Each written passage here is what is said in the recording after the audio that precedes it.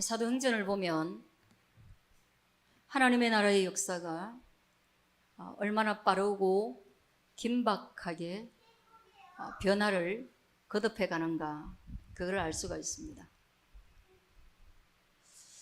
여러분, 우리 시대는 여러분이 아니라 저의 시대에는 정말 많은 변화를 경험했습니다. 그 변화에 한 가지 중에 떠오르는 게 있는데, 어느 날 우리 동네에서 간암 환자가 있었습니다. 근데 이게 위급한 시기를 오르락내리락 하는 말기였던 것으로 지금 생각하니 그렇습니다. 혼수 상태로 넘어가게 되면 옹기종기 모여있는 동네에서 긴급하게 리어커를 공수해서 그 리어커를 끌고 1시간 이상을 달릴 수 있는 사람이 그걸 끌어야 되죠. 그리고 달립니다.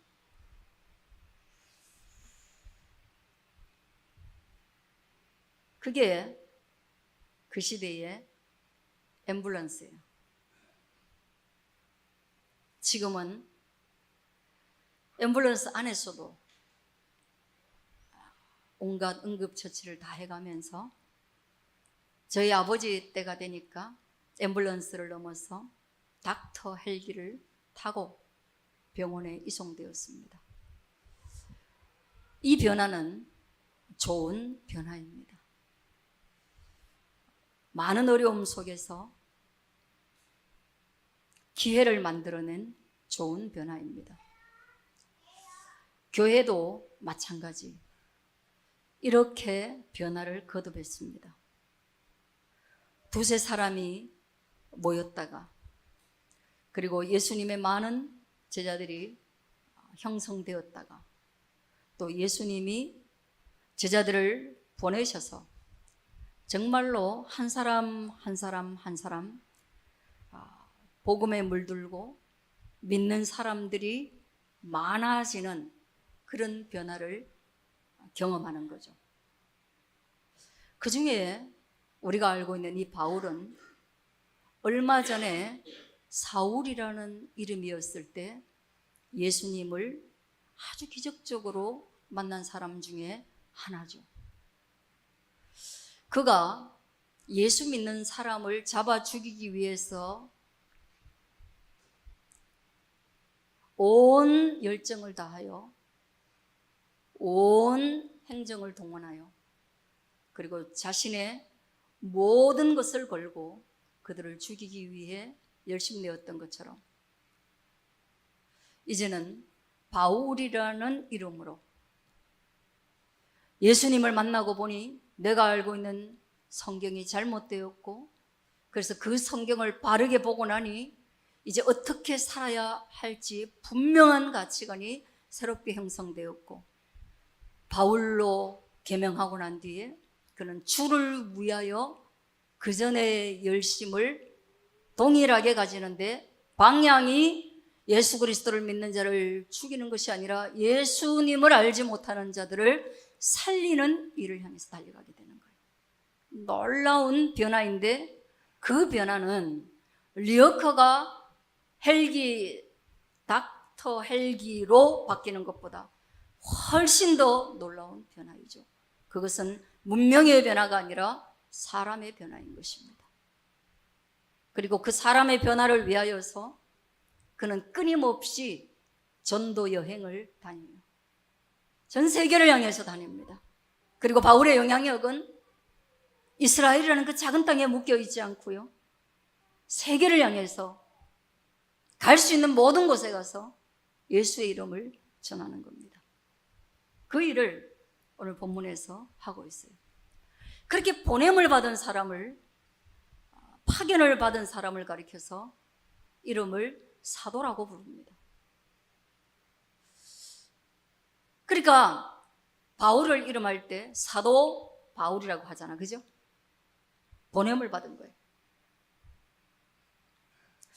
여러분, 우리도 예수님을 믿고 나면 성경 안에서 너희는 가서 모든 족속으로 제자를 삼아라. 아버지와 아들과 성령의 이름으로 세례를 줘라. 그리고 내가 너희에게 분부한 모든 것을 가르치고 지키게 만들어라. 이게 우리가 보냄을 받는 거예요. 그러면 우리도 다 사도죠. 그래서 광의의 의미에 우리 모두는 교회로 부름을 받아서 제자이고, 다 공부하고 나면 파견을 받아서 사도가 됩니다. 근데 이 소중한 이름을 모두에게 붙이면 이거 혼선이 옵니다. 그래서 예수님이 끌어모은 사람들을 제자라 그래서 12제자입니다. 아시겠죠? 그러나 12제자 중에 가룟 유다는 예수님을 배신했죠. 그러면 이제 11제자인 거죠. 근데 이스라엘의 12지파가 이스라엘 전체를 대변하기 때문에 예수님이 끌어모은 자 중에 하나가 이빨 빠지듯이 비니까 예수님과는 직접 제자로서 따라다니며 공부를 못했지만 가룟 유다 대신 마띠아를 그 자리에 채워 넣었어요. 그래서 여전히 12제자입니다. 그래도 일반의 사람들은 뭐예요? 가룟 유다를 제자로 알고 있죠. 사도 바울은 그 제자는 아닙니다. 12제자 안에는 못 들어갑니다. 예수님께 직접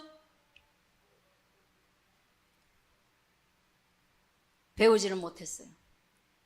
그러나 길 위에서 예수님을 만나서 너 이방인의 사도로 가라 하고 파견을 받았으니까 12제자는 아니지만 사도이죠. 12제자는 제자이면서 가라라고 파견을 받았으니까 사도죠. 사도 바울은 제자는 아니지만 가라라고 파견 받았으니까 사도죠. 그래서 이 사도 바울은요, 그때 당시에 다 제자이면서 사도라 가지고 권위가 정통성이 있었는데, 이 바울은 제자는 아닌데 사도라고 자기를 칭하니까 조금 이질감이 있죠. 그래서 그 정통성에 굉장한 위협을 받았습니다. 넌 아니야, 이런 말을 많이 들었어요. 그 와중에 더 그런 말을 들을 수밖에 없었던 것이, 믿고 제자로 따라다니던 수많은 사람을 이 사도 바울이 죽였잖아요. 그러니까 더더욱이 넌 아니야, 넌 아니야, 우린 널 인정할 수 없어, 그랬어요. 그래서 그런지 원래 성향이 좀 그렇죠. 바울이 원래 치밀한 사람입니다. 원래 열정적인 사람입니다. 원래 무엇을 하든지 선두에 서 있는 사람입니다. 아마 그래서 그런지 인정을 못 받아서 뭐 열등감 때문에 그렇지는 않았을 것 같아요. 그는 복음 앞에서도 굉장히 치열하고 열심으로 이 자리에 임합니다. 그래서 그의 변화는, 사도 바울 한 사람의 변화는 지금 현재 복음의 지형을 만들어낼 만큼 전 세계에 변화를 일으켜내는 겁니다. 할렐루야. 그래서 세상을 변화시키는 그리스도인이라는 단어는 그런 곳에서 나온 겁니다. 그래서 복음은 어디에 들어갔는지 변화를 일으킵니다. 한국에 들어온 복음이 여자에게 교육을 받게 했습니다. 모든 인간은 보호받을 권리가 있다고 해서 고아원이나 구제를 굉장히 많이 했습니다. 모든 인간은 치료받을 권리가 있다고 해서 병원을 세웠습니다. 그리고 모든 사람은 구원받아야 한다고 교회를 세웠습니다. 그로 인하여서 우리나라는 정말 격변의 시대를 맞이하게 됩니다. 너무너무 많은 변화를 겪습니다.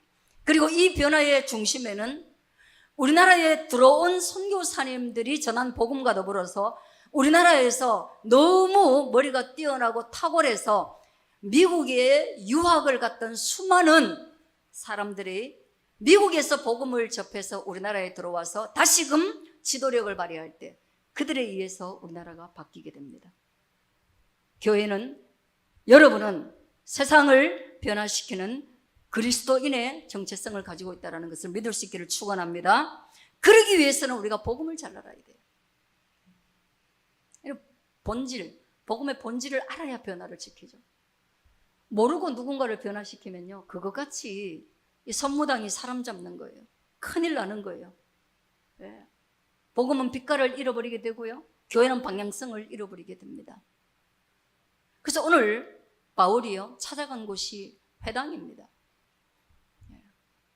우리는 설교를 저 한 사람이 하잖아, 그죠? 유대인들은 회당에서 이렇게 하다가 누군가 새로운 사람이 들어오면 오늘 이 본문에서처럼 당신이 우리 가운데 뭔가 할 말이 있습니까? 당신이 우리에게 전해줄 뭔가 좋은 그 하나님의 말씀이 있습니까? 그래서 그 사람에게 기회를 줍니다. 희한하죠? 오늘 본문이 그걸 말하고 있어요. 한번 보세요. 14절, 안식일의 후반입니다. 회당에 들어가 앉으니라. 회당에 들어가서 이 사람들이 딱 앉으니까 회당장들이 사람을 보내요. 회당장이 여기 딱 앉으니까 여기서 서비스를 베풀던 사람을 딱 보내가지고 물어 이르되, 형제들아, 만일 백성을 권할 말이 있거든 말하라.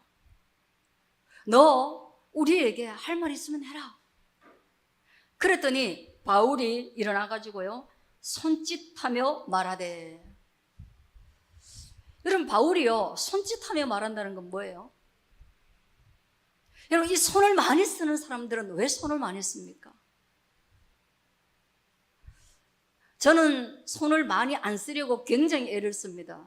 왜냐하면 습관적으로 손을 많이 쓰는 게 배웠어요. 그건 제 성향입니다. 열의가 많은 사람들이 손을 많이 씁니다. 연세 드신 노년의 교수님들은 거의 손을 안 씁니다. 가만히 앉아서 하시는데 아주 정적이죠. 그러나 부흥 강사일수록 액션이 많아요. 우리가 벌써 몇 년이 되어버렸네요. 제가 아이들 때문에 미국에 가서 나야가라 폭포를 갔습니다. 그 웅장한 폭포, 그 물 떨어지는 소리가 거의 소음과 같이 그 모든 주변을 뒤덮어요. 그리고 그 물이 얼마나 세차게 떨어지는지, 그 물 기둥이 떨어지면서 부서진 그 작은 물방울들이 하늘로 오히려 올라가기 때문에 그 위도 퍽게 수증기가 위에서 내려온 수증기가 아니라 아래에서 올라간 수증기로 물기둥을 이루어요. 그래서 사람들은 나야가라 폭포를 바라보면서 장관이다 이렇게 말하는가 봐요. 근데 제가 그 폭포보다 더 눈에 들어온 게 있었는데요, 미국에 가면 유대인은 유대인이라는 티를 팍팍 냅니다. 유대인 가족이 여행을 쭉 나오면 그날도 거기에서 한 2팀, 3팀을 만났는데, 일반 우리들의 복장이 면티에, 미국 사람들의 복장이 면티에 그냥 우리 청바지 이런 것들을 입고 막 다닌다면, 유대인들은 그 나들이 나왔는데 거의 예배 복장처럼 정장을 하고 아이들도 굉장히 단정한 옷을 입고 나와서 제가 저 사람들은 유대인 가족. 그리고 가장은 또 유대의 전통 복장 있죠. 그런 옷을 입고 다녀요. 여름이었으니까 전통 옷 중에 하얀 옷을 입었고요. 그 하얀 옷이 굉장히 우리나라 도포보다는 거창하지 않지만 아주 딱 보면 엄격한 의상이 됩니다. 그런데 그 시끄러운 폭포에 가이드 펜스와 펜스 사이에 코너에 이만한 틀이 있었고요. 그 옆에 나무가 굉장히 커가지고 여기 그늘이 아주 짙게 깔려 있었어요. 유대인의 한 50이 넘은, 그리고 60이 가까운 한 교사쯤 되는, 아니 랍비쯤 되는 분이 그 엄숙한 복장으로, 아무도 그런 복장으로 안 왔는데 나야가라 폭포에 오셔가지고 책을 읽고 있더라고요. 너무 신기한 장면이라서 제가 그 책 읽는 곳 옆을 왔다 갔다 하면서 무슨 책을 읽는지 봐야 되니까, 지금처럼 제가 조금 더 가서 물어봐야 되는데, 이 뭐 지금 뭐 영어도 뭐 시원찮고 한국말로 물어보기도 뭐하고, 그렇다고 제가 뭐 히브리어로, 죽은 언어로 우리가 학문 때문에 배운 히브리어로 뭘 물을, 뭐 그 정도의 실력도 안 되고, 와가지고 자 이렇게 보고 가서 이렇게 보고. 그런데 중요한 것은 성경이에요. 근데 얼마나냐? 들면 이만해요.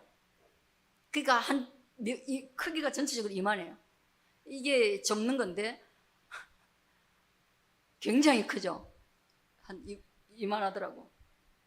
이렇게 펼쳐놓고, 와, 아니 저기서 서서 얼마나 긴 시간 읽는지 보자 하고 제가 계속 유심히 지켜봤는데, 굉장히 긴 시간 동안 그 폭포 앞에서 그는 성경을, 유대인이니까 구약 성경 또는 율법서를 읽었겠죠. 근데 제가 어떤 느낌을 받았냐 하면, 그가 예수 그리스도를 모르는 것은 너무나 분명한 사실입니다. 그는 구원받지 못했습니다. 그는 오늘 여기 회당에 앉아서 가르치는 사람 중에 하나입니다. 지금도 그는 회당에 다니는 사람입니다. 어쩌면 회당의 교사이기 때문에 늘 그것을 공부할 수 있고, 어디를 가든지 시간이 되면 성경을 읽는 그런 철저한 학자일지 모릅니다. 아니면 신자일지 모릅니다. 제가 느낀 것은 마음이 밀린다는 걸 느꼈어요. 구원이 없는 그 사람에게 나는 마음이 밀리더라고요. 저 사람들이 믿고 있는 구약 성경의 모세오경의 율법이 그의 인생을 이토록 장엄한 나야가라 폭포 앞에서 이토록 깊고 엄숙하고 바른 자세로 여전히 성경을 읽고 있는, 이 분주한 상황에 성경을 읽고 있는 그에게 내가 영성에서 밀리고 있다는 사실을 제가 보면서 위축이 됐어요.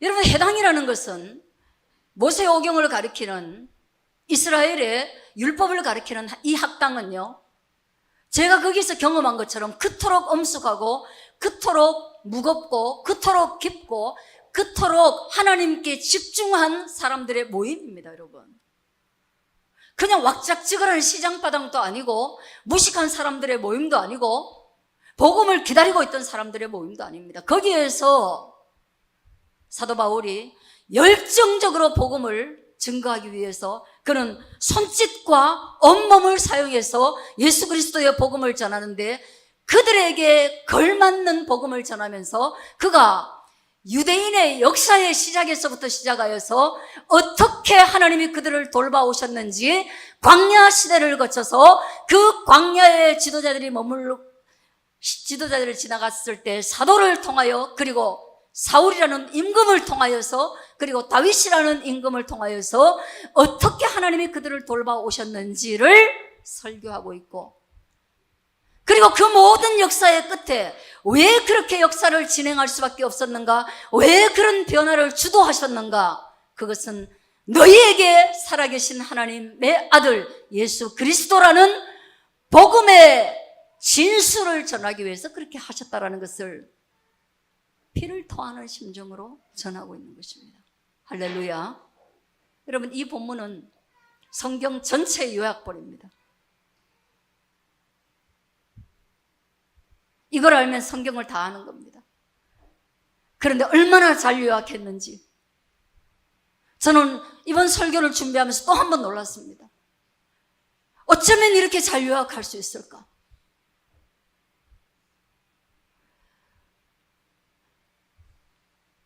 저도 아무도 인정하지 않지만 나름대로 요약의 대가인데 어쩌면 이렇게 잘 요약할 수 있을까?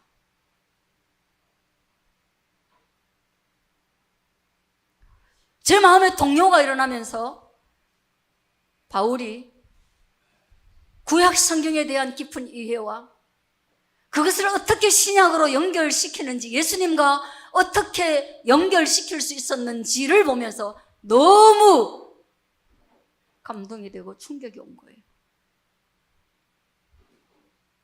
그리고 저는 역사의 한 시점 한 시점, 역사가 흐르는 과정, 변화와 변화를 거듭하면서 그 역사가 지향하는 과정, 그것이 구약에서 예수 그리스도였다면 이제 예수님을 알고 있는 우리는 이 역사의 많은 변화의 시점마다에서 끝내 어디에 도달할 것인가? 그것은 바로 눈물이 없고 고통이 없고 시련이 없고 에덴보다 더 탁월한 하나님의 나라 천국,